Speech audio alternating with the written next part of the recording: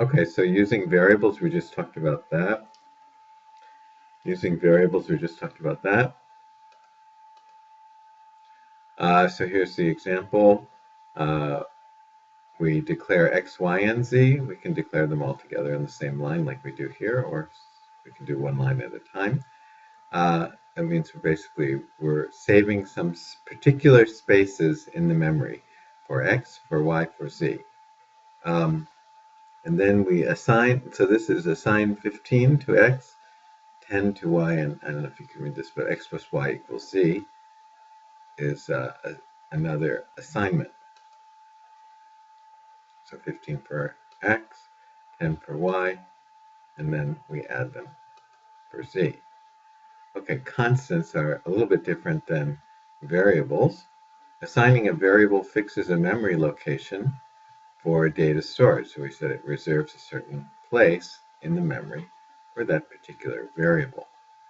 Within its storage limits, a variable may thereafter take arbitrary values. So just because I gave the value 5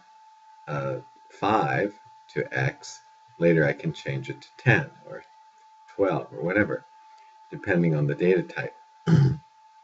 So one thing is, when we say let x be an integer, that the computer will reserve a certain amount of memory for x. So that limits there's a limit on how big x can be, how big an integer we are actually allowed to use. So that's one other thing to think about. On the other hand, instead of a variable, we can talk about a constant.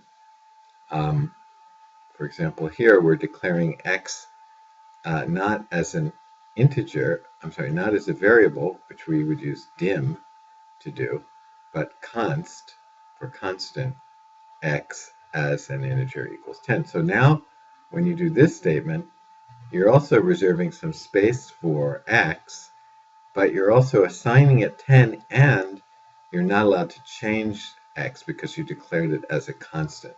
So it won't be changeable. Now you can't read down here, but this says you can also do like const pi, capital P, capital I. So that's the name of the variable is pi as a double, not an integer, but a double is like a decimal number, and then equals 3.14. I wish I could show you that, but I guess I could do it this way. Okay, I'll do it this way.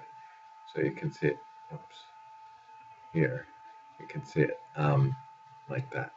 Okay, const pi as double equals 3.14. Okay, and I go back to, I don't know, can you see this? Const pi as double equals 3.14. So that's another possibility, and that's defining a constant. So what does it say here? For a constant, both memory and a memory location and the stored value are fixed. The location is, of course, fixed, and the stored value is also fixed. The VBE syntax for declaring a constant is this: constant name as data type equals value, like this one here. Constant is a keyword, so it's a reserved word in Visual Basic for declaring the constant. Constant name and value are the name and value of the constant. Data type is the type of constant. So here we use integer, then we also use double. We didn't talk about double yet, really. Variables can also be given initial values. So that's a little different. So you can do this. In both cases, this is called initialization. So you could do this. Dim x as integer equals 6. So we're declaring x as an integer and saying it's equal to 6. But this is not a fixed value. You can change it later. But if you do this one here, you can't change it later. Okay? So this declares an integer variable x and sets its starting value to 6. And this statement here and this statement here are both called initialization. So you're giving a value to the variable. Well, actually, this is giving a value to the constant.